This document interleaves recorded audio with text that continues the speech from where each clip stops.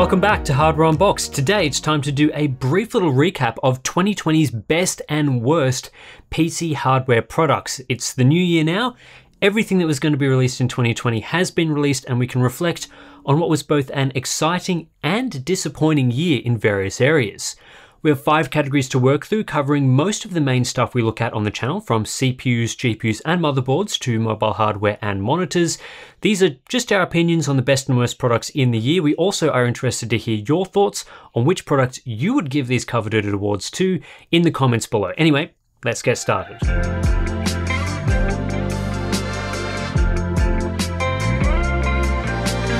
In 2020, we saw 2 major CPU launches from both the big brands. In April, Intel launched their 10th generation Core series, otherwise known as Comet Lake, which included a massive slew of new parts such as the Core i9-10900K, Core i7-10700K, and the Core i5-10600K. While Intel did increase the maximum core count on offer from 8 to 10 cores and slightly increased peak frequencies, this didn't really change the conversation too much at the time about where and when you should buy Intel or AMD CPUs. Later in the year, in November, AMD launched their Ryzen 5000 series, equipped with their new Zen 3 core design. This major architectural update brought with it a significant increase to IPC, improving single-thread performance in particular, but also giving a handy bump overall. While core counts remain the same as previous parts, and AMD are yet to release more budget-friendly models, the Ryzen 5000 lineup did impress upon launch. When looking across these lines, I think it's clear that AMD delivered the more impressive lineup in 2020 with Ryzen 5000. These CPUs resolved one of the major weaknesses with AMD's processor design, that being single-thread performance, which had flow-on effects for gaming. With AMD offering a 16% IPC gain on average for Zen 3 versus Zen 2 in our testing, Ryzen 5000 CPUs were able to easily beat Intel's Comet Lake in most productivity tasks, with gaming being essentially equal on average. When picking a specific CPU as the best of 2020, I think it's hard to go past the AMD Ryzen 9 5950X. This is a really versatile beast of a processor, offering outstanding multi-thread performance for productivity, combined with high-end gaming performance and elite single-thread speeds. There's really no weaknesses to a part like the 5950X. It's by far the fastest CPU we have right now in a mainstream consumer platform for productivity, and with AMD able to neutralize Intel's lead in gaming, there was essentially no reason to buy a 10th gen processor beyond the launch of Ryzen 5000 in November. It is exceptionally rare for a single CPU to provide the best of the best for both gaming and productivity. Historically, high core count processors designed for multi-thread performance have failed to provide a class-leading experience for gamers. But AMD were able to pull it off in 2020 with the 5950X and other parts including the Ryzen 9 5900X. Unfortunately though, outside a brief period around launch, AMD have struggled to keep these CPUs in stock, which has put a dampener on the excitement and success of the product. As for the worst CPU of 2020, this is an easy decision. AMD's Ryzen 3000 XT lineup as a whole, but in particular the Ryzen 5 3600 XT. It made next to no sense as a product and was a totally pointless release in July, a year after the initial launch of Zen 2 based processors. The XT line's sole purpose was to provide buyers with a slightly better bin of existing Zen 2 silicon. This meant a slightly higher boost clock speed for all 3 XT parts, 200 MHz on the 3800 XT versus the 3800X, and just 100 MHz more for the 3600 XT and 3900 XT. Ultimately, this led to a small 2 to 4% performance improvement in some specific scenarios, but in many cases, especially multi-thread workloads, the performance was virtually identical to their non-XT counterparts. While there's nothing wrong with providing new processors that replace old models in the market and offer slightly better performance, where AMD got this wrong was the pricing. AMD decided to launch these parts at the same MSRP as their year-old predecessors, which might have made sense if Ryzen 3000 processors didn't drop in price at all over the preceding year, but they did drop in price, so for the most part you were paying a price premium to purchase an XT processor over a non-XT model, and often that premium was greater than $50. This meant that for the vast majority of buyers looking to upgrade their PC or build a new system, the Ryzen 3000 XT series wasn't worth the extra money, and ultimately ended up as a rather pointless product. The 3600 XT ends up as the worst part for having the highest increase to cost relative to the part most people should have bought instead, the Ryzen 5 3600, and therefore it ended up as the worst value.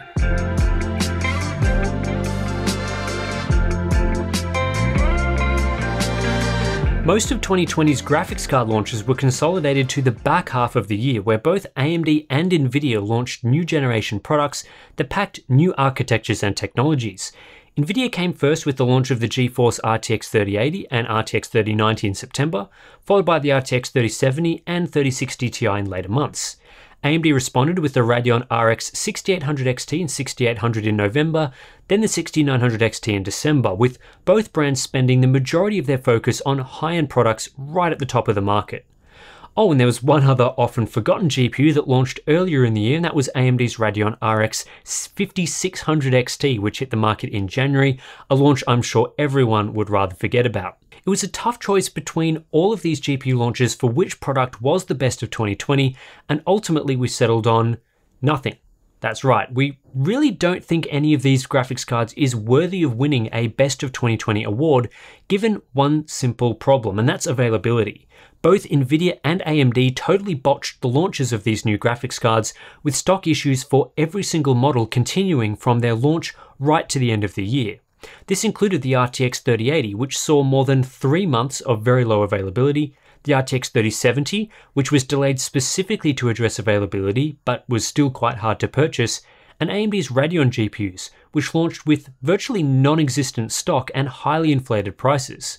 If Nvidia and AMD are unable to get these GPUs into your hands in a reasonable timeframe, with ongoing issues at the start of 2021, we don't think it's right to award a best GPU to any of them. Because ultimately, if consumers can't actually buy your supposedly great product, then is it really that great?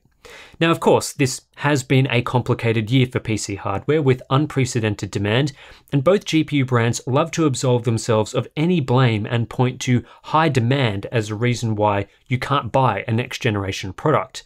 This is definitely a contributing factor, but when launch day pre-orders haven't been shipped 3 months after release, or when the few GPUs that are available are being sold at $200 plus over the supposed MSRP, we don't think that's good enough. And that's a shame because on face value, some of these products are pretty decent.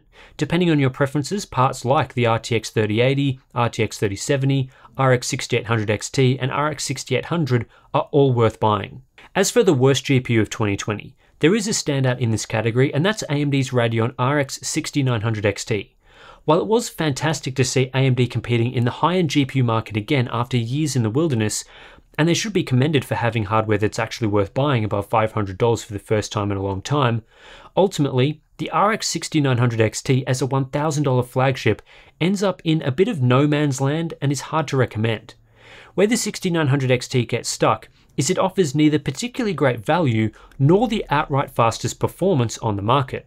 It does undercut Nvidia's GeForce RTX 3090 in cost per frame to a significant extent. It is $500 cheaper and in some areas is performance competitive after all, but it's still a much worse value product than something like the RX 6800 XT, which is only slightly slower and significantly cheaper again. Value-conscious shoppers are much more likely to go after the better value 6800 series than the 6900 XT if that's the primary consideration. On the other hand, for people with money to burn and who just want the best product with little consideration for value, well, the RX 6900 XT isn't really that either. When gaming at 4K, the 6900 XT is slower than the RTX 3090 on average and roughly even at 1440p. In addition, the RTX 3090 enjoys a larger VRAM buffer, 24GB versus 16GB, better ray tracing performance, and a more feature-rich platform with access to stuff like DLSS and Nvidia's NVENC encoder. Those that just want the best should go for the RTX 3090, again leaving the 6900 XT without a home. So in the end, the 6900 XT ends up as a pretty pointless GPU that's stuck in no man's land. Most GPUs released this year have been worth recommending to some segment of buyers, if you can find one in stock, but the 6900 XT just isn't one of those products, so it walks away with our worst GPU of 2020 award.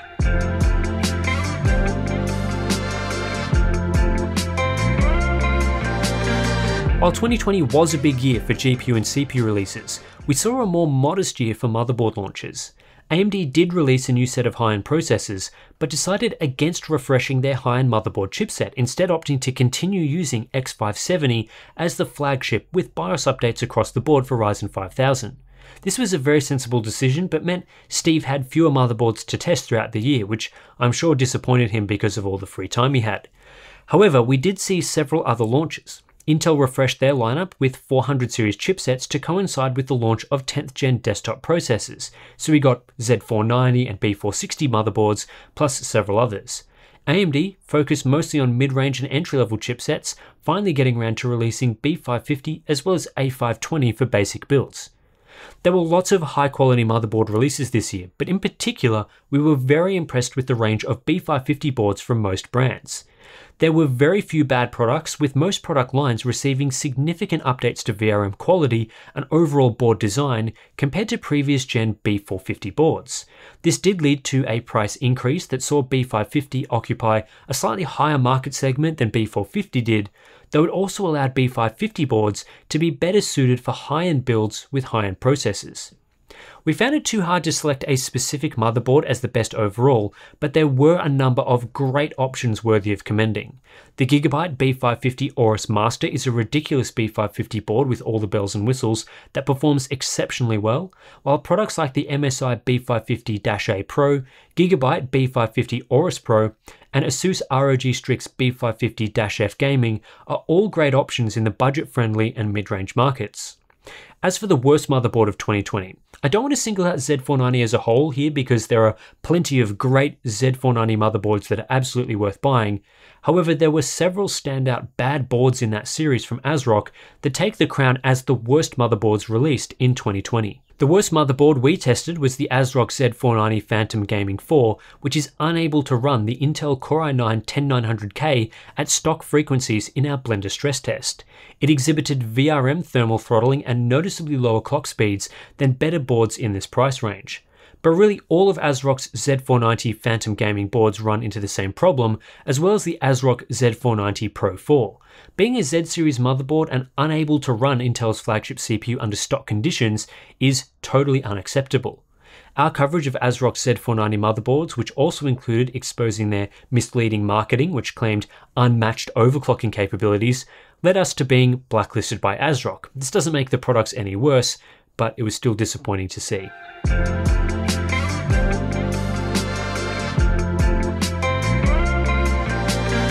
2020 was a great year for mobile hardware, particularly on the processor side. At the start of the year, AMD launched their Ryzen Mobile 4000 series based on the Zen 2 architecture and TSMC's 7nm process node, releasing products for both gaming laptops and ultra portables. Later in the year, Intel responded with their Tiger Lake U-series lineup for thin and light systems, and overall both parts competed very strongly across the year. In fact, as it stood towards the end of the year, there was a little something for everyone available in the market. Tiger Lake provides excellent performance for single-threaded and light workloads with its high IPC and far better clock speeds than Intel's previous 10nm CPU attempts. Meanwhile, AMD slays multi-thread workloads with up to 8 processing cores and excellent choices for workstation-oriented laptops in the H series. While Intel's Tiger Lake processors like the Core i7-1165G7 are impressive, ultimately in my opinion the best mobile part of 2020 is the AMD Ryzen 7 4800U, and that's for a number of reasons.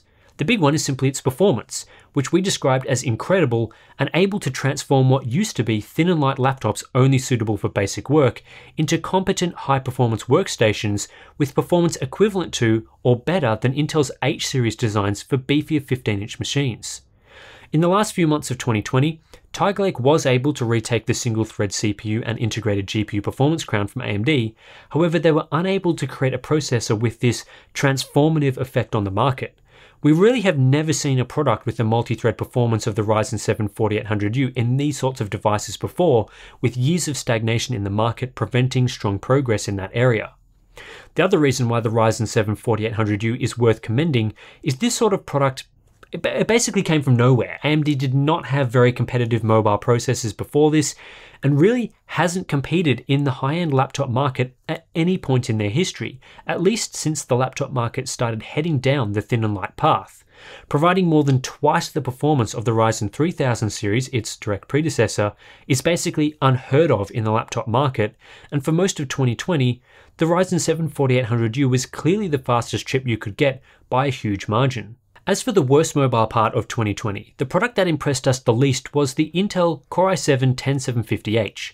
Released after AMD's Ryzen Mobile H series parts such as the Ryzen 7 4800H, the Core i7-10750H not only failed to beat AMD's competitor in overall performance, but it failed to even be significantly faster than its direct predecessors from the two prior generations in the Core i7-9750H and i7-8750H.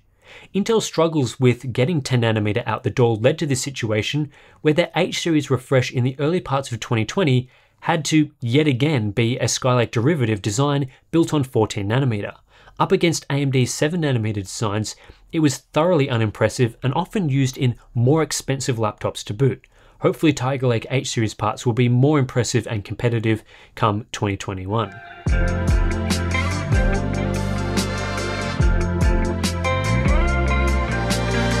And to round out this video, we have the best and worst monitors of 2020. A pretty strong year for monitors overall, lots of great new releases and technology being pushed up to new levels, including the release of 1080p 360Hz models, high-end 1440p 240Hz monitors using VA and IPS technology, as well as a new generation of 4K 144Hz panels that resolve several early adopter issues.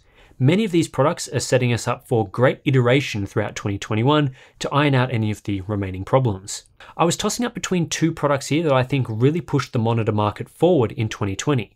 One is the Samsung Odyssey G7, which showed us that a high refresh rate 1440p experience with a VA panel is possible without issues like dark level smearing. However, I ultimately decided against awarding this monitor as the best of 2020 due to the plague of flickering issues that accompanied its launch, as well as a few other minor considerations like its curve and the uniformity issues with my unit. Instead, I'm giving the award to the Asus ROG Swift PG259QN. Yep, that's right, the best monitor of 2020 is a 1080p display, but this thing seriously impressed me with its combination of the fastest refresh rate we've seen in a consumer gaming monitor yet, the fastest response times I've tested from an IPS panel, one of the best variable refresh rate experiences you can get, excellent backlight strobing capabilities, and outstanding factory calibration for great color performance. Hitting all of these areas in the one product is exceptionally rare, so Asus thoroughly deserves this award for the engineering effort they put in. While the PG259QN is one of the best monitors released this year, ultimately it is quite hard to recommend to most casual buyers due to its high price tag and more niche feature set. Most people will be better off with other great monitors like the Odyssey G7 or the LG 27GN950 if they're interested in something high-end, or of course there's the wealth of great budget options we got this year as well. But from a technical perspective, the PG259QN feels like a true next-generation product with great attention to detail. On the opposite end of the spectrum is Viotech's GFI 27QXA, which is the worst monitor I reviewed in 2020. This is a high-end 4K 144Hz monitor with a multitude of issues, including a weird problem where with overdrive enabled, only half of the monitor seems to have the correct overdrive setting applied, something that I discovered in both units I received to test. On top of that, it doesn't have the same great response time or color experience as the LG 27GN950, or the same single cable DSC capabilities, despite only being slightly cheaper.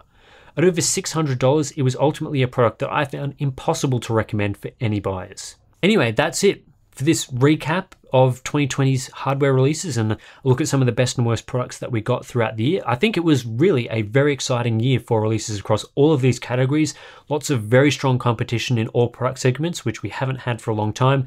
Unfortunately, though, we have had a lot of availability issues, which is, really put a dampener on a lot of these excitement around these products, because I think if you guys could buy these products, it would be a lot better for the entire market as a whole. But yeah, hopefully a lot of that stuff will be resolved throughout 2021. Anyway, if you're interested in supporting the channel, we do have our Patreon and Floatplane accounts. Links to those are in the description below. You get access to our monthly live streams, Discord community if you want to come chat with us about all sorts of things, behind the scenes videos, all that great stuff. Thanks for watching. I'll catch you in the next one.